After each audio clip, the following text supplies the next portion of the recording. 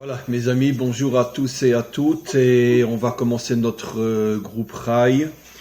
Aujourd'hui, le sujet n'est pas un sujet qui est facile, parce que, comme vous allez le comprendre au fur et à mesure, c'est un sujet qui, bien sûr, peut être très très discuté. Est-ce que ce que nous disons est vrai? Est-ce que ce n'est pas des théories, comme on appelle aujourd'hui dans le monde, surtout dans les médias, des théories complotistes. Mais on va commencer par ce que disent nos maîtres, et on va essayer après, comme on a l'habitude de le faire, parce que c'est notre devoir en tant qu'enseignant. Comme je ne cesse de l'expliquer, enseigner la Torah, c'est pas uniquement enseigner l'histoire de nos ancêtres les Hébreux, mais c'est actualiser les choses et montrer comment elles existent dans la réalité que nous vivons aujourd'hui. D'ailleurs, c'est ce que nos maîtres disent, comme je l'ai souvent expliqué dans mes enseignements. Nos maîtres disent en hébreu « Istakel beoraita ou bara alma », toute l'histoire humaine est cachée à l'intérieur de la Torah. Je dis cachée à l'intérieur de la Torah parce qu'évidemment, c'est pas en lisant les versets, en les traduisant à plus forte raison dans des langues étrangères que l'on va même commencer le commencement du commencement de comprendre ce qui se cache dans la Torah. Mais lorsque on a les clés et que l'on sait décrypter ce qui se cache dans la Torah, on s'aperçoit qu'effectivement la Torah est d'une certaine manière la lumière qui éclaire toute l'histoire humaine jusqu'à la délivrance finale et bien après. Alors on va commencer par un enseignement de nos maîtres. Je pense que je l'ai déjà rapporté dans différents cours ces derniers jours. Je ne sais plus si c'est en français ou en hébreu, bon peu importe. Mais nos maîtres expliquent que juste avant la délivrance finale, tous les grands dictateurs bibliques vont revenir en même temps dans la génération qui précédera la délivrance finale. Par exemple, Nimrod, Nabuchodonosor, Assuérus, Titus, Pharaon, tous les grands dictateurs de l'histoire biblique, qui bien sûr n'ont pas vécu au même moment. Pharaon n'a pas vécu à l'époque de Nabuchodonosor, Nabuchodonosor n'a pas vécu à l'époque de Sanchériv, celui qui a exilé les 10 tribus d'Israël. Mais tous vont revenir au même moment et seront à la tête de différents pays. C'est ce qu'on appelle dans notre tradition le Gilgoul. J'aime pas la traduction française réincarnation, mais bon, on va malgré tout le dire en français. L'âme, comme on le sait, n'a rien à voir avec le corps. Le corps, une fois qu'il est enterré, jusqu'à la résurrection, pour ceux qui y croient, le corps ne peut pas redevenir et se réveiller, mais par contre l'âme, elle peut revenir dans différents corps. Et donc, l'âme de tous ces dictateurs vont revenir au même moment, dans la même génération, et vont, encore une fois, être à la tête de différents pays, évidemment des pays puissants, et tous vont s'unir dans le but d'empêcher la délivrance finale. Et qui va être à leur tête, disent nos maîtres, Nimrod. Nimrod, qui est le premier dictateur de l'histoire biblique, comme on le sait, la fameuse tour de Babel dont on va parler, c'est lui qui va revenir, c'est lui qui apparemment sera à la tête de la puissance la plus importante à cette époque-là, pour ne pas dire notre époque, et c'est lui qui, d'une certaine manière, va gérer, dans le secret, derrière les coulisses, va gérer cette union entre tous les dictateurs de la terre, dont lui sera, d'une certaine manière, le plus fort, le plus respecté, le plus suivi, et tous ensemble, ils essayeront d'empêcher la délivrance finale, et c'est la raison pour laquelle nos maîtres nous disent qu'ils reviendront tous au même moment avant la délivrance finale. Alors essayons de comprendre ce qu'était l'idéologie de Nimrod.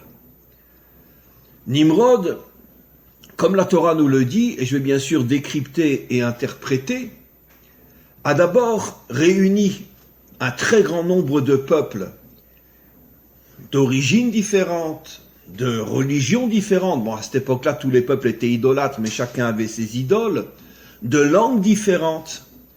Et l'une des premières choses qu'il va imposer, vous pouvez le voir même au niveau des traductions bibliques, c'est une seule et unique langue.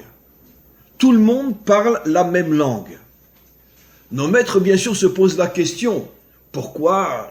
C'est très difficile, tu prends 50, 20 peuples ou 30 peuples, et ça prend du temps jusqu'à ce que tous vont parler la même langue. Quel était l'intérêt de Nimrod de vouloir imposer une langue unique, comme il est dit dans la Torah, Safa Achat, traduction une langue unique. Nos maîtres expliquent que la langue est l'un des aspects les plus profonds de l'identité d'un peuple. On croit, les Français parlent en français, les Allemands parlent l'allemand et les Hollandais parlent l'hollandais. On se pose pas trop la question. Mais en vérité, il faut savoir, et d'ailleurs, je pense qu'à nos âges, on le comprend, que la langue, c'est pas seulement un langage. C'est le reflet d'une identité, d'un caractère, d'une particularité qui est liée à chaque peuple. Et d'une certaine manière, l'identité d'un peuple s'exprime à travers la langue. Et Nimrod, ce qu'il voulait faire, comme je l'ai expliqué depuis longtemps déjà, mais aujourd'hui ça devient un peu plus clair, il voulait détruire les différentes identités parmi les peuples, il voulait imposer une seule langue, de manière à ce que tous les peuples perdent finalement leur source, leurs racines, leur origine, et tous deviennent finalement une sorte de grandes communautés sans identité qui parlent la même langue. Nos maîtres vont plus loin encore. Ils vont jusqu'à dire qu'il y a différents avis, mais un avis que je ramène, qu'en vérité que lui-même avait d'une certaine manière, c'était un homme d'une puissance absolument incroyable, il avait inventé une langue qui d'une certaine manière, il voulait l'imposer à tous les peuples. Et dans cette langue se cachait en vérité quelque chose de très très sournois qui privait encore une fois les peuples de leur identité, de leur caractère, de leur source et de leurs racines. Après, qu'est-ce qu'on voit? Il réunit tous les peuples autour d'un projet unique qu'est la tour de Babel. Quel est le décryptage? Ça veut dire que, comme je vais l'expliquer dans quelques instants, chaque peuple a son identité, chaque peuple a sa spécialité. Par exemple, les Allemands sont très forts dans tout ce qui est, c'est pas vraiment la technologie, mais dans le sens tout ce qui est les voitures, les machines à laver, enfin tout ce qui est le travail avec le fer, avec les matériaux, etc. Les Français sont très forts aussi dans la technologie, etc. Et chaque peuple, les Américains sont très forts dans le business. Et sans doute qu'il y a 1 million de nuances à ce que je dis, mais je vais très très vite. Ce que je veux dire par là, c'est que chaque peuple, selon son caractère, selon sa langue, selon son tempérament, selon sa foi, selon son idéal, a aussi son type d'industrie, son type de travail. Par exemple, en Israël, comme on le sait, c'est surtout l'informatique. Et donc, par contre, on fait pas de voiture en Israël, c'est pas du tout notre truc. Et donc, on est à des années-lumière des Allemands par rapport à ça, qui font les plus grandes et les plus belles voitures du monde. La Mercedes, la BMW, etc. et bien d'autres choses. Mais par contre, Israël, dans son tempérament, c'est l'informatique. On est très très fort en informatique. Et etc., etc., etc. Qu'est-ce que lui a voulu? Il a voulu réunir tous les peuples autour d'un projet unique qui ne correspondait pas forcément au départ au tempérament et au caractère de chaque peuple, mais c'est encore un moyen de casser les identités, de finalement de regrouper toute l'humanité autour d'un grand groupe sans identité.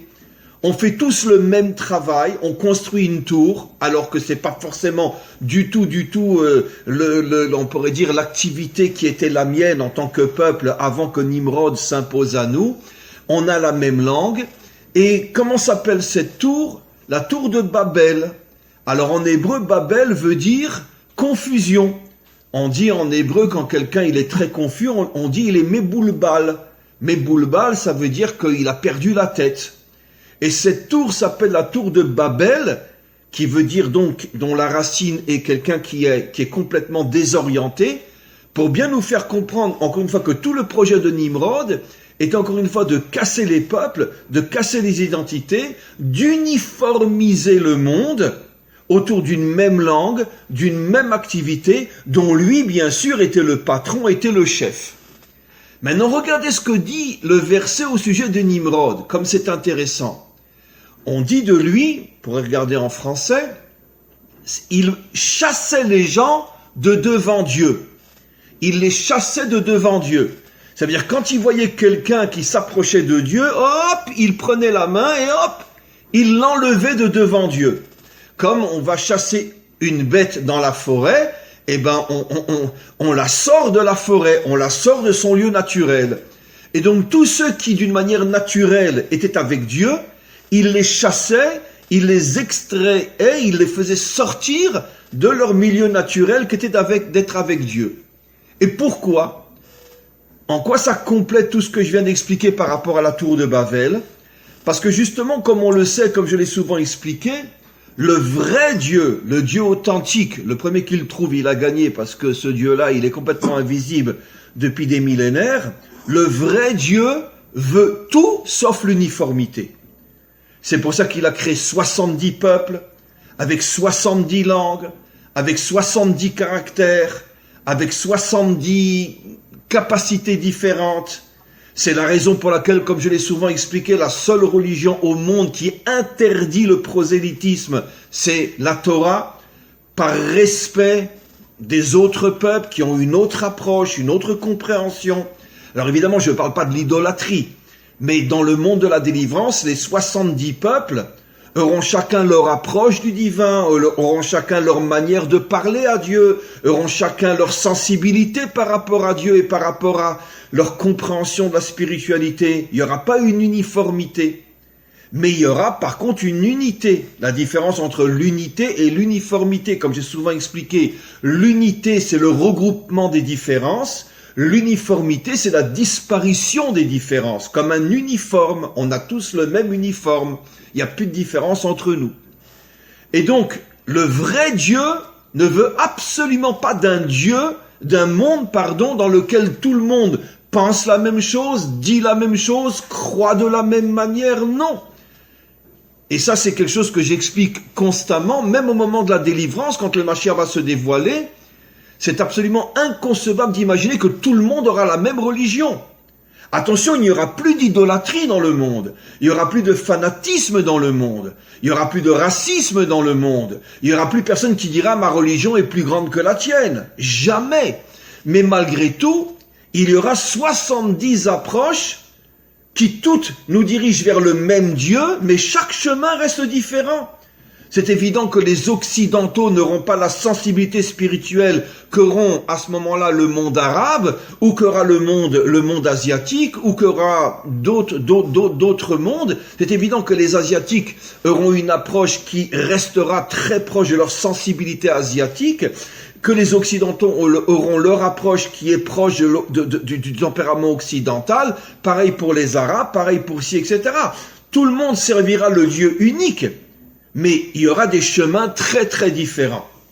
Et ça, c'est le vrai Dieu, qui est d'une certaine manière complètement détruit, le vrai Dieu, depuis des millénaires, puisque chaque religion veut imposer sa foi au monde entier, comme on le sait aujourd'hui, etc. Sauf chez les Asiatiques. Ce qui est absolument incroyable, c'est que les seuls qui n'ont jamais essayé d'imposer leur croyance au monde entier sont précisément les Asiatiques. Et là, il y a beaucoup à parler. Par contre, l'islam, le christianisme, etc., ce sont deux religions qui veulent se propager dans le monde entier, qui veulent que tout le monde adhère à leur religion. Et donc, il y a quelque chose d'assez intéressant dans le fait que dans le tempérament asiatique, il n'y a jamais eu ce besoin de dire tout le monde doit être bouddhiste, tout le monde doit être hindouiste, tout le monde doit être je ne sais quoi. Non, ça n'existe pas chez les Asiatiques. Tu veux devenir bouddhiste, sois bouddhiste, mais moi je ne vais pas te l'imposer. Ça n'existe pas. Et donc, c'est surtout dans le monde, on pourrait dire, musulman et chrétien, qu'on trouve cette notion de, avec toutes les nuances qu'il faut apporter, évidemment, ce que je dis, je le dis toujours, vous ne le prenez pas à 100%, il faut nuancer des milliards de fois. Mais l'idée reste vraie, puisque le christianisme est une religion prosélyte, et ne parlons pas de l'islam, elle est encore plus prosélyte que le christianisme, puisque jusqu'à aujourd'hui encore, elle cherche à s'imposer même par la force. Et donc, ça disparaîtra complètement. Complètement dans la délivrance. Chaque peuple retrouvera son chemin, son approche vers le même Dieu. Tout le monde aura le même Dieu, puisqu'il n'y aura plus d'idole, il n'y aura plus d'idolâtrie, mais il y aura des chemins très différents les uns des autres. Et donc, pourquoi il est dit que Nimrod chassait les gens de devant Dieu? Parce que justement, il voulait faire disparaître la notion du vrai Dieu pour ramener l'humanité tout entière à une robotisation. On parle tous la même langue, on pense tous pareil, on parle tous pareil, et on travaille tous dans la même entreprise qui est la création de la tour de Babel, qui est, encore une fois, la tour de Babel, qui signifie que je ne sais plus qui je suis, je ne sais plus d'où je viens, je ne sais plus où je vais, je suis complètement perdu. Alors, figurez-vous, comme je l'ai annoncé tout à l'heure, que nos maîtres nous disent... qui c'est qui... Ouh là là. Voilà.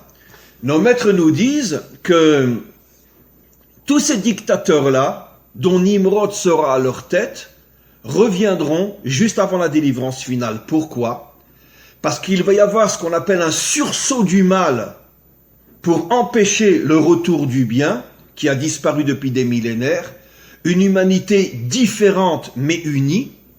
Et lorsque, on pourrait dire, toutes ces âmes maléfiques, sataniques, vont sentir que la délivrance est proche, ces âmes-là vont revenir dans ce monde, selon le principe fondamental de la Torah qui dit « Vayere, vayivoker », il fut soir, il fut matin, avant chaque lumière, malheureusement, on doit passer par un trou noir, on doit passer par l'obscurité, c'est comme ça que l'histoire avance. Impossible d'atteindre la lumière avant d'abord de passer par l'obscurité. Et donc ce schéma-là va se reproduire juste avant la délivrance finale. On va rentrer dans une période de très grande obscurité, dans laquelle, d'une certaine manière, les dictateurs qui sont à la tête des différents pays et dont le plus important de tous sera Nimrod, feront tout pour empêcher la délivrance. Et comment? En essayant d'uniformiser, on pourrait dire d'uniformiser les peuples et de faire perdre aux peuples leurs identités. Et d'une certaine manière, encore une fois, d'uniformiser de manière à ce que finalement on ne voit plus vraiment la différence entre un Allemand et un Français, entre un Français et un Belge, et même au niveau des religions, tout se mélange, on ne sait plus exactement qui est quoi et qui. Alors, on va aller un petit peu plus loin. Nos maîtres nous révèlent quelque chose d'extraordinaire. C'est que finalement, Esav, le frère de Yaakov, qui, comme vous le savez dans notre tradition, symbolise le monde occidental, comme je l'ai expliqué souvent, même au niveau de l'histoire concrète, c'est pas seulement un symbole théorique, comme je l'ai expliqué souvent dans beaucoup de cours que vous avez écoutés, l'Occident, d'une certaine manière, a commencé à être créé par des milliers d'Édomites. Édom, c'était le pays de Esav, qui était dans le sud-est de la terre d'Israël, toute la région de Élat, le sud de la Jordanie. Et ce pays-là était toujours en guerre contre Israël pendant pratiquement 500 ans, puisque c'est le conflit entre Esav et Yaakov. Et à l'époque du roi David, le roi David a voulu terminer une fois pour toutes ce conflit avec Édom. Et comme le roi David était très fort et avait une armée d'une puissance incroyable, ils sont partis en guerre contre Édom avec à la tête des troupes d'Israël le général, enfin le chef d'état-major qui s'appelait Yoav. La guerre a duré 6 mois. Le pays d'Édom est complètement tombé, mais une grande partie est arrivée à s'enfuir. Des dizaines de milliers d'Édomites, donc le sud de la Jordanie aujourd'hui, sont arrivés à s'enfuir. Ils sont passés, puisque c'est très proche, à quelques kilomètres de l'Égypte, ils sont passés en Égypte, et d'Égypte, ils ont traversé la Méditerranée avec des centaines de bateaux. Ils sont arrivés, bien sûr, soit au port de Marseille, soit à Nice, soit à Cannes, peu importe, ou soit en Italie. En tous les cas, d'après notre tradition millénaire, ils se sont regroupés une fois qu'ils sont arrivés de l'autre côté. Ils ont cherché une terre dans laquelle ils pourraient fonder, si j'ose dire, un nouveau pays. Et ils sont arrivés dans ce qui deviendra l'Italie, ça remonte à plus de 3000 ans. Ils sont arrivés dans ce qui allait devenir l'Italie, et c'est eux la graine fondatrice de l'Empire romain, d'après notre tradition.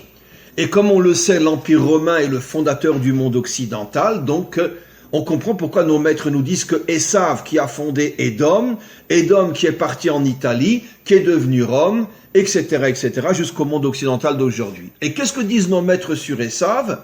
C'est que Esav, lui, il est parti en guerre contre Nimrod, il a tué Nimrod, et en vérité, pourquoi disent nos maîtres? Parce qu'il voulait prendre sa place. Alors décrypter, ça veut dire quoi? Ça veut dire que Esav voulait prendre la place de Nimrod. Décrypter dans le langage moderne d'aujourd'hui, ça veut dire que finalement, le chef de file de cette tentative d'empêcher la délivrance finale en uniformisant le monde entier, sera le monde occidental. Et qui ne le voit pas aujourd'hui? Le mélange entre les peuples, comme je l'ai souvent expliqué, toute cette histoire d'immigration cachée sous le couvert de « il faut aider, il faut être gentil », etc. Ça, c'est uniquement la vitrine qui cache la véritable intention de détruire les identités nationales, parce qu'aujourd'hui, le premier qui trouve un Français, il a gagné, le premier qui trouve un Belge, il a gagné, en ce sens que les mélanges sont tellement importants que pourquoi aujourd'hui le Français d'origine serait plus Français que le musulman d'origine, ou que le Polonais d'origine, ou que le Russe d'origine, etc. Comme on le sait en Allemagne aujourd'hui, il reste, et vous pourrez vérifier, je ne me trompe pas, il reste, je crois, seulement 30% en Allemagne d'Allemands d'origine, le père du père du père du père. Aujourd'hui, il y a énormément de Russes en Allemagne, il y a énormément de Turcs en Allemagne, il y a 1 million maintenant de Syriens, etc. Donc tout est fait pour casser l'identité. Au point que j'avais entendu une fois, justement, enfin, c'était traduit en français, mais un professeur allemand qui parlait, j'avais vu ça sur YouTube, qui disait que d'après toutes les recherches aujourd'hui faites en Allemagne, il y a seulement 30% de véritables Allemands en Allemagne. 70%, même si ça fait 3 ou 4 générations qu'ils sont nés en Allemagne, mais viennent de Russie, viennent d'Autriche, viennent de ci, viennent de là, sans compter les Russes, sans compter les Turcs, ils sont des millions aujourd'hui, et sans compter aujourd'hui les Syriens qui sont arrivés, 1 million de Syriens en Allemagne. Imaginez-vous le nombre d'enfants qu'ils font, imaginez-vous dans 50 ans, il n'y aura plus d'Allemands en Allemagne. Donc tout ça, c'est quoi? C'est un projet qui existe en France, qui existe partout. On veut faire perdre au peuple leur identité en les mélangeant complètement. Au point que la chrétienté a été la religion officielle de l'Europe aujourd'hui, mais vous savez tous et toutes que dans 20 ans, si ça continue comme ça, c'est plus la chrétienté qui sera la religion officielle de l'Europe, mais c'est l'islam. Pourquoi? Parce qu'il y a de moins en moins d'Européens qui sont encore vraiment attachés au christianisme, et il y a surtout de plus en plus de musulmans qui ne vivent que pour l'islam et qui sont aujourd'hui en Europe. Et donc l'islam est en train de prendre aujourd'hui on pourrait dire une force inimaginable. N'oublions pas que le maire de Londres est un musulman, pakistanais, mais est un musulman. Et vous verrez encore dans notre génération, sans doute un maire de Paris ou un maire de Marseille, etc., qui sera musulman aussi. C'est sûr et certain. Attention, je ne critique pas. Je ne dis pas que parce que, au contraire, le maire de Londres est un homme extraordinaire. Je ne critique pas, ne prenez pas mal mes propos, mais je veux simplement montrer que finalement, qui aurait pu imaginer il y a encore 50 ans que le maire de Londres serait un musulman? Qui pourrait imaginer aujourd'hui que peut-être dans 5, 6, 10 ans, le maire de Paris sera un musulman? Donc ça montre bien que tout est fait, mais d'une manière cachée, pour détruire les identités européennes et détruire l'identité occidentale et la mélanger complètement. Ça, c'est le projet de Nimrod. C'est pas seulement sur le plan national, comme je l'ai souvent expliqué dans mes cours, c'est aussi sur le plan familial. Tous les couples sont détruits, toutes les familles sont détruites. Aujourd'hui, on divorce avant même de se marier.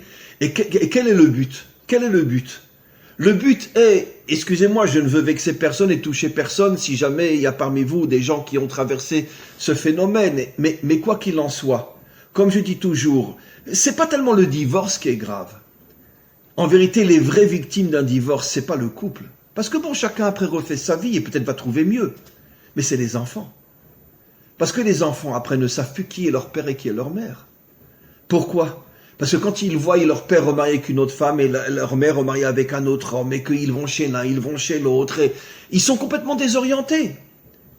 Et pourquoi aujourd'hui le monde occidental, d'une manière cachée bien sûr, fait tout pour détruire le couple, avec aussi la montée, comme on le sait, de tous les couples homme-homme, femme-femme, qui est complètement légalisée aujourd'hui, ou bien mieux que ça encore, aujourd'hui la majorité des hommes et des femmes ne se marient même plus. Même pas. Donc pourquoi? Quel est le but?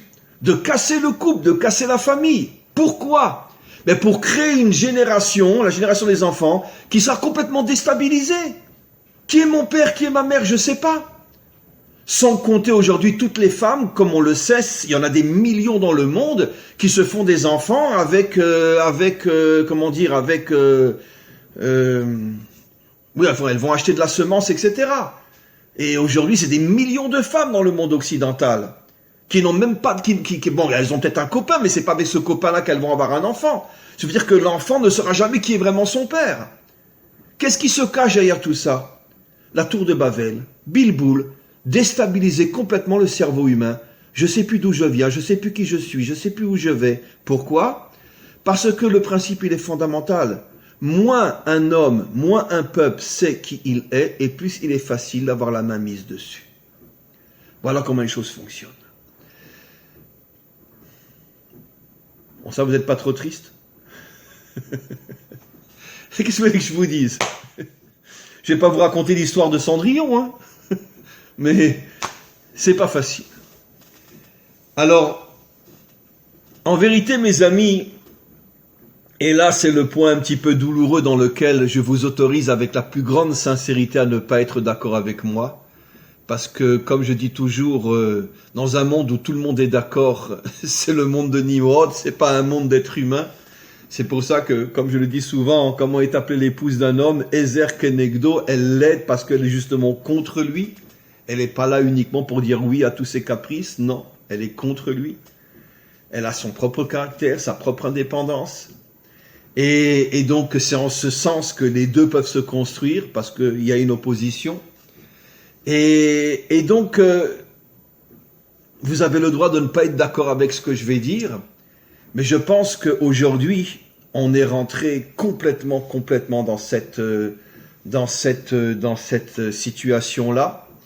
Et je ne vais pas évoquer tout ce que je pense savoir et connaître sur le phénomène que nous vivons aujourd'hui avec le corona, etc. Mais je vais évoquer simplement un point. Je mettrai cette semaine un cours, vous savez, le fameux cours que je fais avec Monsieur Ababou tous les 15 jours sur la finance mondiale qui gère le monde, etc. Et lui-même, comme je l'ai dit, est un ancien professeur de la Sorbonne, un ancien conseiller de ministre très important pendant des années en France. C'est un génie de l'économie, un génie. Ça fait maintenant de nombreuses années qu'il est en Israël, il a travaillé dans l'économie en Israël aussi, etc. Mais en tous les cas, il a été pendant de très très nombreuses années un personnage caché, mais très influent en France, visible au niveau de la Sorbonne, professeur d'économie à la Sorbonne, et aussi un grand conseiller de grand ministre à l'époque de Mitterrand et après encore. Et donc lui connaît exactement comment les choses se passent, et vous verrez le prochain cours que je vais mettre sur le site, je pense demain, vous verrez qu'il annonce, il cite les journaux américains qui disent que depuis le corona, les grands trusts, surtout américains, ont fait des milliards en quelques mois. Amazon, Bill Gates, n'en parlons pas. Comment il s'appelle le patron de Facebook, Zuckerberg, je crois, lui aussi, etc. Et il cite différents, c'est pas lui, hein, il ne fait que citer les journaux, vous pouvez les vérifier, les grands journaux américains, les journaux économistes, qui disent que, mais sans dire pourquoi et comment, mais simplement que ces gens-là ont fait des milliards pendant depuis le début du corona. Pas des millions, des milliards. Et qu'on ne s'imagine même pas ce qu'ils ont gagné. Qu'est-ce qui est en train de se passer dans le monde, mes amis? Je prends juste cet exemple. Parce que je pourrais parler pendant des heures et des heures, mais j'ai pas envie trop, on pourrait dire, d'élargir le sujet. Je vais parler sur le plan économique. Vous n'êtes pas en train de vous rendre compte que toute l'économie moyenne est en train de s'écrouler dans le monde occidental? Prenons le cas rien qu'en Israël. En Israël, on est 7 millions de personnes.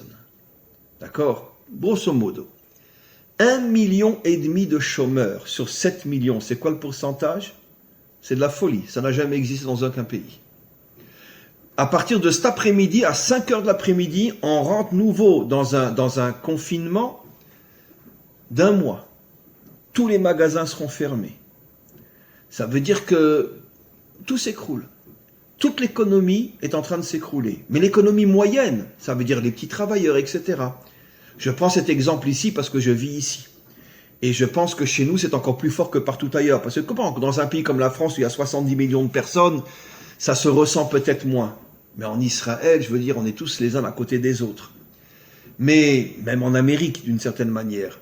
Mais on sent qu'il y a un projet, bien sûr dont personne ne parle, de casser toute l'économie moyenne plus. Toutes les petites entreprises moyennes plus sont en train de tomber. Et elles sont remplacées par qui? Comment Amazon a fait des milliards depuis le début du corona? Amazon, au départ, c'était quoi? C'était une société très très riche. Mais ils ne vendaient que des livres. Aujourd'hui, Amazon vend tout. Même des voitures, même des maisons, tout. Ça veut dire, qu'est-ce qui est en train de se passer? Les grands trusts sont en train de récupérer l'écroulement de toutes les petites entreprises. En Israël, je lisais sur le journal ce matin que au niveau de ce qu'on appelle les constructeurs, vous savez que j'ai dit un jour dans un cours qu'il ne faut plus appeler Israël, mais il faut l'appeler Gruel. Pourquoi? Parce qu'il y a des grues partout. C'est un pays en pleine construction. Donc énormément de ce qu'on appelle en hébreu des kablanim, comment qu'on dit en français des constructeurs? Des constructeurs. D'accord, des constructeurs. Plus d'un tiers des moyens plus ou moins constructeurs se sont écroulés. Parce que, à cause du corona, à cause de ci, à cause qu'il n'y a pas suffisamment d'ouvriers, parce que il y a souvent plus de cas de corona chez les Arabes qu'en Israël, et comme on le sait, 100% des travailleurs sur les chantiers en Israël sont des Arabes, et donc très souvent, des fois pendant 1 mois, 2 mois, on les laisse pas venir parce que le corona est très très fort chez eux, donc les constructeurs se retrouvent sans ouvriers, donc ils peuvent plus travailler. Et dans le journal ce matin, on disait que quoi? Que pratiquement 1/3 de tous les travailleurs dans la construction en Israël s'étaient écroulés, avaient fait faillite. Mais ils ont été récupérés par qui? Par les super gros constructeurs, qui eux ont suffisamment de moyens pour pouvoir supporter la situation et utiliser leurs fonds de commerce pour tenir, etc. Mais ça a été récupéré. Comme Amazon a fait exactement la même chose en Amérique, et après ça va être dans le monde entier. Qu'est-ce qu'a fait Amazon? Au départ, c'était uniquement des vendeurs de livres, qui étaient déjà très très riches, étaient déjà en tant que vendeur de livres, un des hommes les plus riches de la Terre. Mais aujourd'hui, voyant que les sociétés s'écroulent, Amazon récupère. Je vends des voitures, je vends des maisons, je vends du dentifrice, je vends des parfums, je vends tout.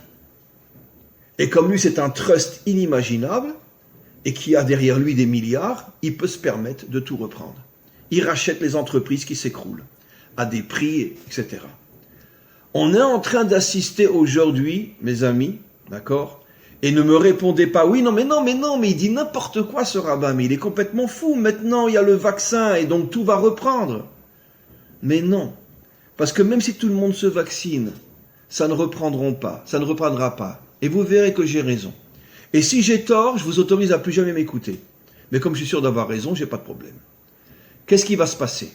D'abord, de toute façon, il y a des milliers, des dizaines de milliers, des centaines de milliers d'entreprises qui se sont écroulées partout dans le monde et qui ne pourront plus jamais se remonter. Ne parlons que des restaurants. Moi, je sais pas, en France, les restaurants sont pas fermés toute la journée. Chez nous, ça fait 1 an que les restaurants sont fermés toute la journée. Ça fait 1 an que les hôtels sont fermés toute la journée. Comment voulez-vous qu'ils tiennent? Alors bon, évidemment, si je fais partie d'un grand trust mondial, je sais pas moi, le Holiday Inn ou je sais pas quoi, alors bon, ça tient. Mais si je suis propriétaire de 2 ou 3 hôtels en Israël et qui sont fermés depuis 1 an, c'est évident que tout s'écroule. Pareil, si j'ai un restaurant qui fait partie d'une grande firme mondiale, je peux tenir, mais si j'ai ouvert mon propre restaurant, ça fait 1 an que j'ai plus de clients, ça fait 1 an qu'on m'oblige à fermer mon restaurant. Comment voulez-vous qu'il tienne? Donc ça ne se relèvera jamais. Jamais. Mais maintenant, de toute façon, vous inquiétez pas. Ce qui va se passer, vous le savez très bien, ils ont commencé déjà à nous le dire, il y a une mutation du virus. Et donc, comme il y a une mutation du virus, il y a énormément d'entreprises qui nécessitent un contact permanent avec beaucoup de monde, qui ne pourront pas reprendre, même si on est vacciné. Parce que oui, mais attends, mais tu as été vacciné, mais par rapport au virus d'il y a 2 mois, mais maintenant le virus, il est nouveau, il faut un nouveau vaccin, etc., etc., etc. Ce qui fait que de toute façon, ici, il y a un plan, qui est le plan de Nimrod, de détruire pratiquement toutes les industries et entreprises moyennes, de manière à ce que les grands trusts récupèrent ça, et vont diriger toute l'économie mondiale. Comme Amazon, comme ci, comme ça, etc. Google, n'en parlons pas.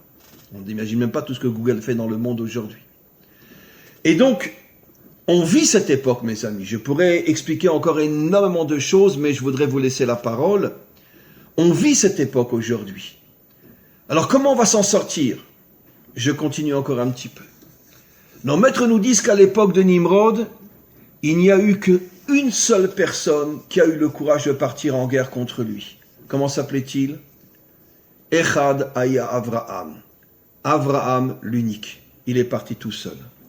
Déjà, quand il était adolescent, il est parti contre Nimrod en cassant toutes les idoles de son père. Il a été amené à Nimrod, il a été jeté dans la fournaise.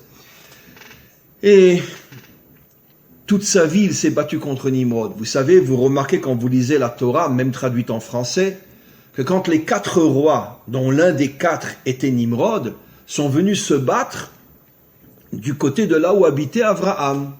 La raison officielle que donne la Torah, mais évidemment nos maîtres décryptent et dévoilent, la raison officielle c'est parce que pendant 13 ans, toute la région donc de la terre de Canaan, ça veut dire Israël aujourd'hui, la Jordanie, etc., cette région-là payait un tribut aux rois qui, eux, se trouvaient du côté de l'Irak, etc., donc du côté est du Proche-Orient. Et ces 4 rois se sont réunis, dont Nimrod était le chef, et sont venus du côté ouest du Proche-Orient pour punir ces régions parce qu'elles payaient un tribut pendant des années à ces 4 rois, et elles ont décidé de ne plus payer. Et pendant 13 ans, elles n'ont pu payer, c'est marqué clairement dans le verset. Et la 14e année, Nimrod arrive avec 3 autres rois pour piller, voler, tuer toute cette région qui n'a pas payé son tribut pendant 13 ans. Et on assiste à quelque chose de fou. Il rentre à Sdom, où se trouve Lot, et nos maîtres expliquent que Lot ressemblait comme 2 gouttes d'eau à son oncle qui était Abraham. Ils capturent Lot, et la guerre s'arrête, ils repartent. Avec Lot comme prisonnier, et puis d'autres prisonniers aussi, mais Lot aussi. Quand Abraham entend ça, il veut récupérer son neveu, il part en guerre contre ces 4 rois, il récupère Lot. Mais nos maîtres posent la question, mais attends, je ne comprends pas, ils sont venus faire la guerre pour pouvoir récupérer l'argent qu'ils n'ont pas reçu pendant 13 ans. Et tout d'un coup, ils capturent Lot et ils s'en vont. Mais parce que vous savez tous et toutes, mes amis, que ce monde, c'est une vitrine. Et que personne ne sait ce qu'il y a dans le magasin. Ça veut dire qu'en vérité, ils ont pris comme excuse, qui était une excuse vraie, mais c'était une excuse, le fait que pendant 13 ans, ils n'ont pas reçu leur tribut, mais tout le but de Nimrod était d'aller capturer Abraham. Seulement, il s'est trompé. Quand il a pris Lot, quand Lot ressemblait comme 2 gouttes d'eau à son oncle, ils ont cru que c'était Abraham, et à ce moment-là, la guerre est finie. Il voulait prendre Abraham. Et pourquoi il voulait prendre Abraham? Parce que Nimrod savait que Abraham était en train de prendre une influence incroyable là où il était, et qu'il avait de plus en plus d'élèves, des milliers d'élèves et des milliers de gens qui le suivaient. et il a commencé à sentir qu'il y avait un danger par rapport à toute son idéologie, il a dit, il faut que je liquide Abraham. Et il est parti, et il a cru que c'était Abraham, mais en vérité, c'était trompé, c'était Lot. Et qu'est-ce qu'on voit de là? On voit de là que finalement, Abraham a été le premier et le seul à s'opposer à l'idéologie de Nimrod. Et qu'est-ce qu'on comprend de là? Je terminerai simplement en disant ce que j'ai déjà dit des milliers de fois. Vous croyez que Abraham a été choisi parce qu'il était un homme de prière, un homme de Dieu, un homme de si? Bien sûr qu'il était un homme de prière, un homme de Dieu.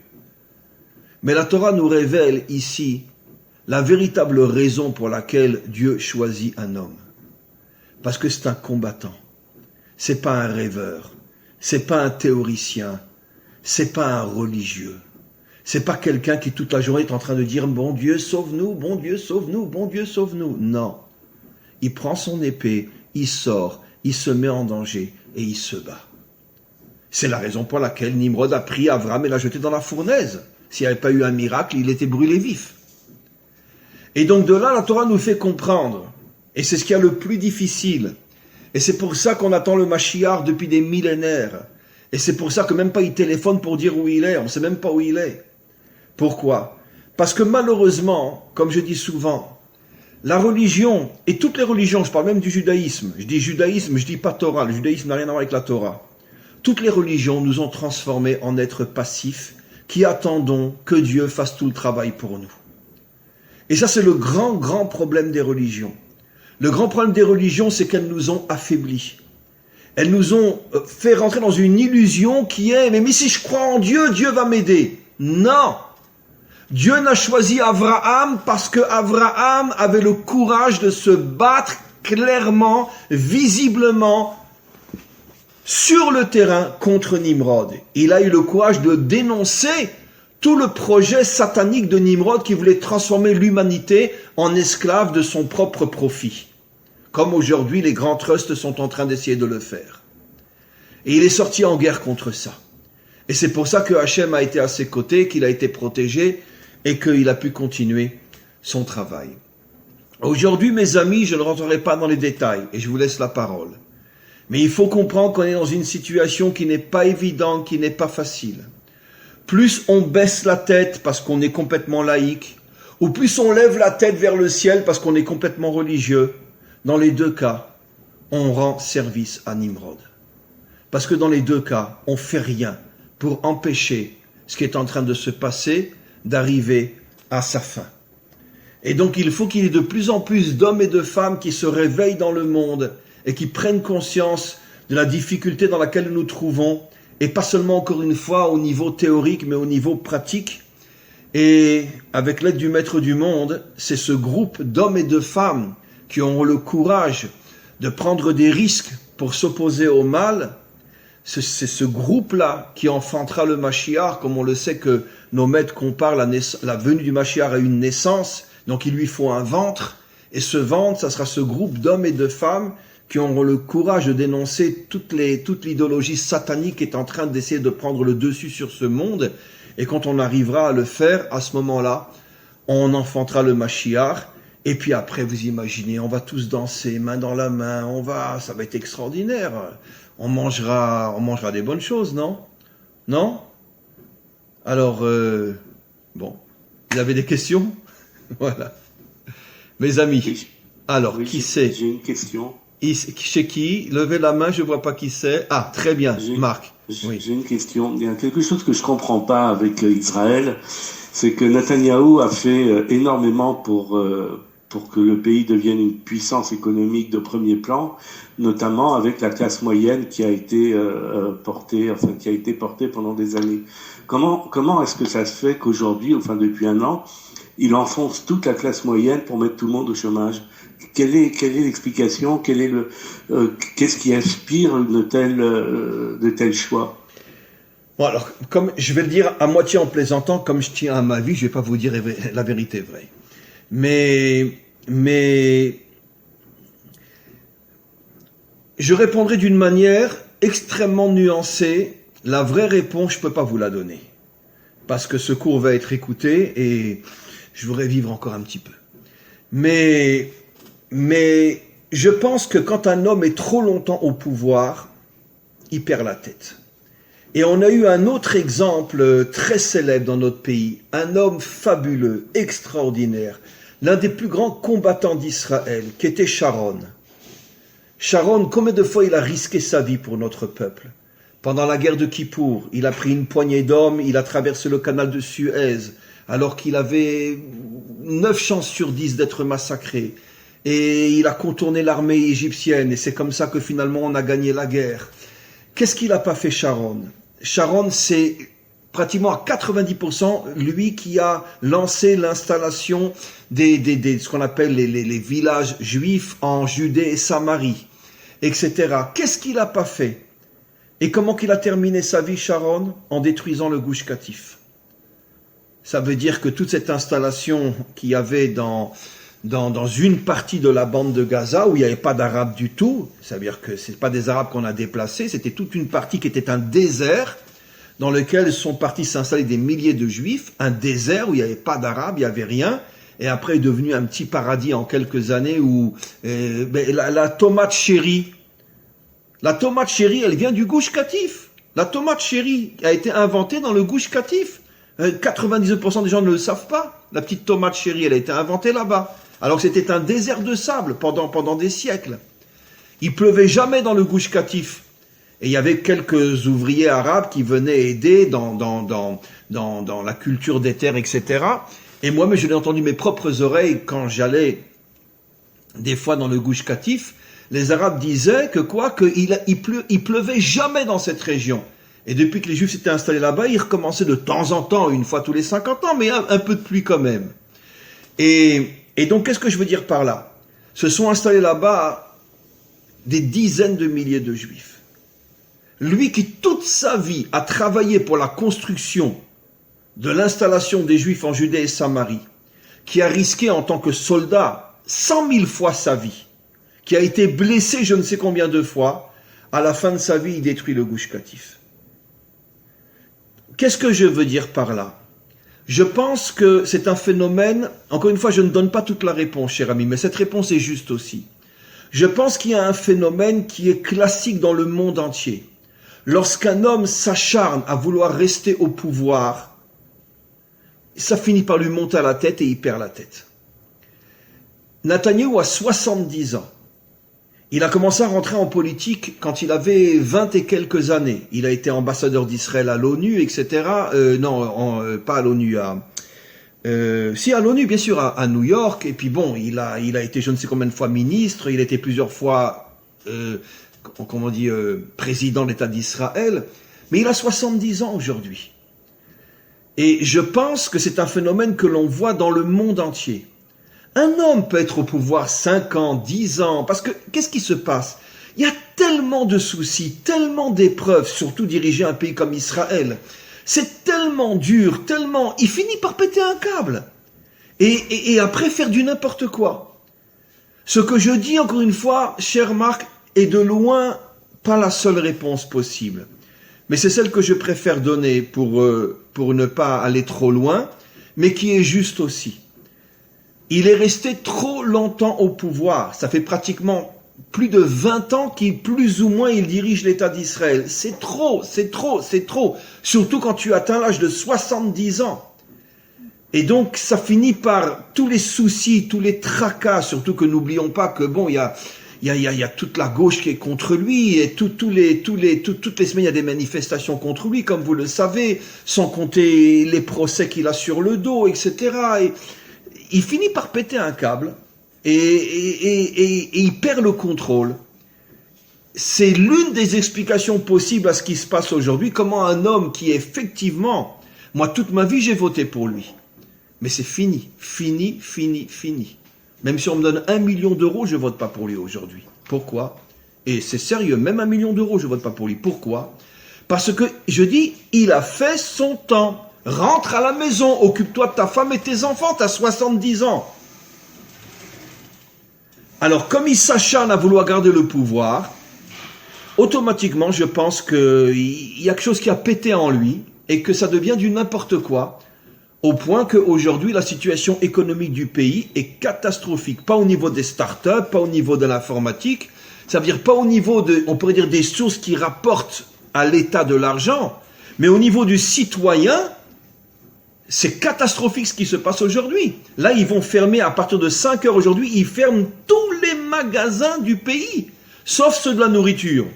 Tous les magasins. Mais vous imaginez un homme marié qui a 3-4 enfants à la maison, mais comment qu'il va manger? Alors, il y a une petite aide, mais l'aide est tellement minuscule par rapport à ce que la France fait. En France, je crois que les chômeurs ont reçu 80% de leur salaire. Ici, c'est la moitié. Ça veut dire que si quelqu'un y gagnait même un petit salaire, on va dire 8000 shekels, qui correspond à 8000 shekels, c'est à peu près 2500 €, il va toucher la moitié. Il va toucher 4000 shekels. Or, vous savez peut-être pas, mais tous et toutes qu'en Israël, c'est un pays où le loyer est l'un des loyers les plus chers au monde. Ça veut dire que si tu as 4 enfants, tu es obligé d'avoir un 4 pièces. Il n'y a pas de 4 pièces en Israël, sauf si tu vas vivre dans une région perdue où tu vas mourir de faim. Mais si tu vis plus ou moins dans le centre du pays, il n'y a pas d'appartement en location à moins de 4000 ou 4500 shekels par mois. Ça veut dire que ce qu'il va recevoir va partir dans la location. Comment qu'il mange? Comment qu'il mange? Donc on est dans une situation qui n'est pas facile du tout. Et les explications à ce qui est en train de se passer, il y en a encore une fois beaucoup d'autres, mais je ne peux pas tout révéler comme ça en public. Voilà. Y a-t-il une autre question, mes amis? Oui. Bonjour. Comment vous appelez-vous? Mika? Mickaël. Oui. Voilà. Bonjour. En fait, comment on peut lutter contre ces superpuissances comme Amazon ou contre les gouvernements? Comment on peut faire finalement? Quel est le mode d'emploi dans ce cas-là? Écoutez, je pense que dans un premier temps, et c'est ce que je fais énormément dans mes cours ces derniers temps, c'est d'abord prendre conscience. Prendre conscience qu'il y a un problème. Et que derrière toute cette vitrine qu'on veut sauver les peuples, on veut ci, on veut ça, etc., on lutte contre la pandémie, etc., etc., je vais juste vous donner un petit remèze, une petite allusion. Vous habitez en France ou en Israël, Mika? Ouais, à Paris, en France. Ah, à Paris. Et donc, vous savez ce qu'ils ont fait dans le monde entier pendant la période du Corona? Parce qu'ils savaient que sans le Corona, ça serait pratiquement impossible. Ils ont installé le J5 partout. Alors, sur le J5, je sais, on peut ne pas être d'accord avec moi. On peut dire encore un rabbin fanatique, malade, taré, bon, c'est pas grave. Je suis tellement habitué à l'entendre que ça me dérange plus. Mais il y a beaucoup d'avis, ici aussi en Israël, de grands savants sur les méfaits du J5. Ça veut dire que à chaque fois qu'on installe une nouvelle technologie extrêmement puissante, jusqu'à ce que le corps s'habitue à ces rayonnements, ça prend 10-15 ans et ça déclenche des maladies terribles. Vous pourrez vérifier ce que je dis. À chaque fois que la technologie a avancé dans le monde, quand on a commencé à mettre la télévision dans chaque maison, quand on a commencé à mettre les paraboles sur etc., il y a à chaque fois des nouvelles déclenchements de maladies terribles. Aujourd'hui, énormément de savants disent que la fameuse grippe espagnole qui a tué plus de 20 millions de personnes, c'est parce que c'était à une époque où on a commencé à mettre des antennes de radio et de télévision dans le monde entier. Alors, c'est pas qu'on voulait tuer les gens, j'ai pas dit ça. On veut faire avancer le monde. Mais le prix à payer est très dur, parce que là, la technologie du J5, ce qui vous demandait un travail de 1 heure sur un ordinateur pour enregistrer Pierre et Paul, ça va vous prendre quelques secondes aujourd'hui. Ça veut dire une technologie, un rayonnement d'une puissance inimaginable. C'est sûr que ça va faire avancer le monde. Mais le corps, pour s'habituer à ces rayonnements, ça va lui prendre 15, 20, 30 ans. En attendant, il va y avoir un tsunami de nouvelles maladies qui vont naître, ou renforcer le cancer ou des choses comme ça, et énormément de gens vont tomber. Mais comme ceux qui voulaient installer le J5 partout dans le monde savaient que de grands savants, de grands physiciens, de grands technologiens, moi j'ai entendu clairement des gens de très haut niveau en technologie en Israël dire que ça va être une catastrophe sur le plan médical. Ils savaient que le monde, si on vit dans un monde normal, les gens vont sortir dans les rues. Alors qu'est-ce qu'ils ont fait? D'accord? Il y a eu le corona, tout le monde est préoccupé par le corona, et partout dans le monde, on est en train d'installer le J5, personne n'en parle, personne ne le dit, personne ne le voit, et comme par hasard, je roule en voiture il y a une semaine en Israël, et je vois une grande publicité, un nouveau téléphone J5. Et on se pose la question, J5, mais où c'est qu'ils ont eu le temps d'installer le J5 en Israël? Mais ils ne te l'ont pas dit, parce que tu étais préoccupé par le corona.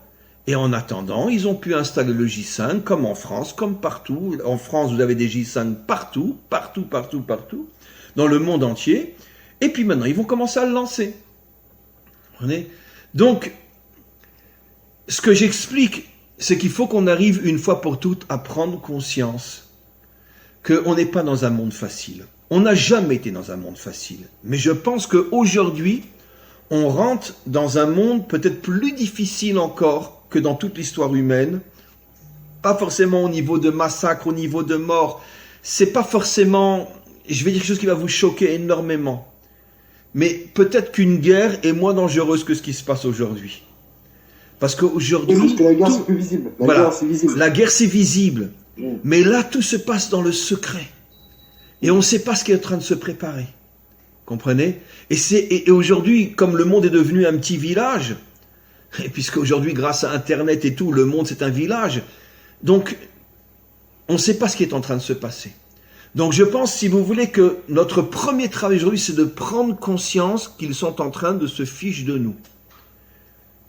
Et que cette prise de conscience, après quelle sera la deuxième étape, on va voir. Mais la prise de conscience déjà est énorme. Parce que croyez-moi, que je peux dire que partout, y compris en Israël, 99% des gens dorment et ne prennent pas conscience. Ça veut dire que l'homme, dans sa nature première, c'est une autruche. Il préfère mettre sa tête dans le sol et lui dire tout ira bien. Le bon Dieu est là. Très bien. Ok. C'est ça la religion. Le bon Dieu est là. Alors maintenant, comment? En Israël, mettons qu'en Israël, ils font que le vaccin soit obligatoire, par exemple. Comment on peut faire pour y échapper, par exemple, dans ce cas-là? Ça va être très très dur. D'abord, ils ne vont pas forcer à se vacciner avec des matraques. Mais ils vont dire, parce qu'ils en parlent déjà dans les journaux, que tout celui qui ne se vaccine pas ne pourra plus rentrer dans un supermarché, ne pourra pas rentrer dans un endroit où il y a du monde. Ça va être très dur. Maintenant, ils ont déjà commencé à dire dans les journaux que si quelqu'un travaille dans une société où il y a du monde, s'il n'est pas vacciné, ben, il sera licencié, puisqu'il met les gens en danger. Et donc, imaginez-vous quelqu'un qui est marié et qui a 2 ou 3 enfants à la maison, ils ont commencé à dire que les parents qui ne se vaccineront pas, les enfants ne seront plus acceptés à l'école. Pourquoi? Parce que c'est toi le criminel, c'est pas nous, c'est toi qui nous mets en danger, toi qui ne te vaccines pas. Vous comprenez? Donc 99% de la population va tomber. Elle ne pourra pas refuser le vaccin. C'est absolument impossible. D'accord? Qui c'est qui va refuser le vaccin? Si quelqu'un il a un travail indépendant sur ordinateur et qu'il a besoin de personne, si quelqu'un n'a pas d'enfant à la maison, si quelqu'un a suffisamment d'argent de côté, ça veut dire quoi? 1 ou 2% de la population, et encore. Mais dans le monde entier, c'est pas que ici. Je pense qu'en Europe, en Israël, c'est déjà plus ou moins, mais en Europe, vous allez y arriver aussi. À mon avis, seulement en Europe, c'est plus lent qu'en Israël. Parce qu'en Israël, on n'est que 7 millions, c'est un village. En France, vous êtes 70 millions, ils ne peuvent pas directement tout de suite vous rentrer dedans. Donc, le processus est plus lent. Mais je pense qu'on va arriver au même processus en France et en Europe, que celui qui ne se vaccine pas ne pourra plus rentrer dans un restaurant, ne pourra plus envoyer ses enfants à l'école. S'il travaille dans une société où il y a 40-50 personnes, il ne pourra plus aller travailler parce qu'il met les autres en danger. Il ne pourra plus aller dans un hôtel, etc. Et puis aller dans un supermarché. Donc comment qu'il fera ses courses? J'en sais rien. Il se fera livrer peut-être. Voilà. Mais là, en France, il y a certains docteurs qui commençaient à dire que le vaccin était pas tout terrible. Ils se sont fait tout de suite, ils sont tout de suite mis de côté, hein. Ils les ont mis de côté directement, hein, quelques docteurs là, qui ont commencé par la faire. Ben, vous savez, un exemple simple, vous avez eu en France un professeur qui est sorti contre le vaccin, il a été mis dans un asile psychiatrique, si je me trompe pas. Moi, il est sorti au bout de 3 jours. Oui, un professeur important. Et en Jordanie, oui, bon, exact. vous me direz, c'est un pays un peu plus particulier, mais en Jordanie, il y a un grand professeur de médecine qui a révélé que ce vaccin n'était pas 100% sécurisé. Il a été mis en prison. Et imaginez-vous ce qu'on doit lui faire dans une prison égyptienne, dans une prison jordanienne. Donc, il a été mis en prison. Il a osé parler contre le vaccin, il a été mis en prison. C'était dans le journal ce matin. Et ça prouve une dictature. Je comprends pas, mais on est dans une démocratie, j'ai le droit de dire ce que je veux, mince. Non. Même en France, on l'a mis dans un hôpital psychiatrique, le médecin qui a parlé contre le vaccin. Comment il s'appelle? Vous vous rappelez? Là, il y a quelques jours, là. Non, je vous entends pas. Perron, c'est ça. Non, c'est pas Perron, c'est un autre. Oui. Fortillier ou quelque chose comme ça. Ah bon, ok. Bon, en tout cas, les deux ont parlé. Perron, il s'est fait virer de son service. Voilà, Perron s'est fait virer de son service parce qu'il a parlé. Et tout ce qu'on est en train de faire... En France, il se passe une chose, il y a plusieurs professeurs et plusieurs médecins, facilement une bonne dizaine, qui ont été mis à l'index. Qui c'est qui parle? S Oui. Oui. Il y a deux professeurs qui ont été mis à l'index. Il y a le professeur Raoult, le professeur qui a été mis en hôpital psychiatrique, soi-disant qu'il était de la maladie de Lyme. Qui? Raoult? Raoult a été mis? Au moins une dizaine de médecins qui ont été mis à l'index parce qu'ils disaient la vérité sur ces vaccins et disaient la vérité de ce qui se passait. Oui, ben qu'est-ce que vous voulez que je vous dise? C'est ce qu'on voit partout, en Israël aussi. Hein. En Israël, si un médecin officiel ose parler, il est viré tout de suite. Hein. Il faut comprendre que la direction des pays, qui est même en Israël une direction occidentale, il y a quelque chose de très très louche qui est en train de se passer partout. Je ne parle pas des peuples, je ne parle pas du peuple français, du peuple israélien, je ne parle pas des peuples, je parle moi uniquement des dirigeants. Il y a quelque chose qui est en train de se passer en ce moment, j'avoue qu'on est tous dépassés, on n'arrive pas à comprendre. Qu'est-ce qui est en train de se passer? Comment qu'on peut nous dire qu'aujourd'hui, dans 5 heures, tous les commerces d'Israël seront fermés? Tous les commerces? Et pendant 4 semaines? Et vous imaginez? Mais comment qu'on peut dire une chose pareille? Comment? Donc il y a quelque chose qui nous dépasse, qu'on n'arrive pas à comprendre. Parce que, comme je dis toujours, si on fait le pour et le contre, alors très bien, le corona est dangereux, très bien. D'abord, il est moins dangereux que la grippe et il est encore moins dangereux que le cancer. Très bien, ça tout le monde le sait, mais personne ne le dit. Ok. Maintenant, il est dangereux malgré tout. Mais les gens qui n'ont plus de quoi manger, et excusez-moi de le dire, mais vous savez que les divorces sont multipliés par 5 en Israël? Parce que quand quelqu'un il est toute la journée avec sa femme et qu'il ne sait pas quoi faire, vous imaginez comme ça doit cogner? Les divorces sont multipliés par 5 en Israël. Vous savez combien d'enfants et d'adolescents sont tombés dans la drogue et dans la débauche en Israël? Parce qu'ils n'ont plus d'école, ça fait 1 an qu'il n'y a plus d'école en Israël. Ils rouvrent 3 jours, ils referment 15 jours. Les adolescents à partir de 13-14 ans jusqu'à 18 ans n'ont plus d'école depuis pratiquement 1 an. Donc quoi, ils sont tombés, des enfants de très bonnes familles, même de familles religieuses, etc., dans la drogue, dans la débauche, etc. Pourquoi? Parce qu'un gosse de 15 ans, 16 ans, quand il n'a plus rien à faire, il perd la tête. Donc si on fait le poids, comment dire, on fait la balance. Le poids et le contre. Le poids et le contrepoids. Qu'est-ce qui est plus grave? 5 fois plus de divorces, des enfants dans la drogue, des gens qui n'ont plus de quoi manger, ou le corona? Qu'est-ce qui est plus grave? Comment personne n'ose parler de ça? Mais évidemment que les destructions des familles et tous ces adolescents qui sont en train de tomber aujourd'hui, c'est beaucoup plus grave que le corona. C'est beaucoup plus grave que le corona. Surtout que le corona n'est pas une maladie à ce point grave. Ils l'ont gonflé, mais chaque année, il y a plus de morts de la grippe que du corona. Et du cancer, les gens en parlent. Combien de gens qui meurent dans chaque pays du cancer chaque année? Alors, pourquoi? Et d'autres maladies, je ne sais pas, Alzheimer, et aujourd'hui, Alzheimer, c'est devenu quelque chose de tellement fréquent que Dieu nous protège. Donc, je pense qu'on se sert de quelque chose qui existe pour faire passer sous la table des tas de projets qui n'auraient pas pu passer visiblement sans le corona. Voilà. Merci. Voilà mes amis, on va, avec votre permission, arrêter là. Et la semaine prochaine, même link, il y a cours la semaine prochaine. Et tant que, encore une fois, je ne vous dis pas qu'il n'y a pas cours, on continue à faire le cours. Merci à tous et à toutes. Et bon, alors maintenant, allez manger une bonne tarte ou une bonne glace. Et puis, il faut reprendre un petit peu le sourire, quoi. Non? Non, allez, un petit peu le sourire. Je vous remercie la famille Jaton pour ces photos magnifiques que vous m'avez envoyées de Suisse, hein, monsieur et madame Jaton. Voilà. Bon, allez, on reprend le dessus, on arrête d'être ashkénaze, on devient un petit peu sfarade et on va rigoler, quoi.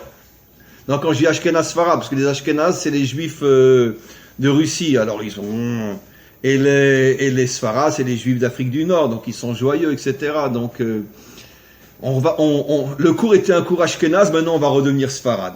Allez, à tous et à toutes, que des bonnes choses, on se retrouve dimanche prochain. Merci beaucoup, beaucoup, beaucoup, et merci, beaucoup de courage à tous et à toutes. À très bientôt. Merci à vous tous, merci. Bonne journée. Merci.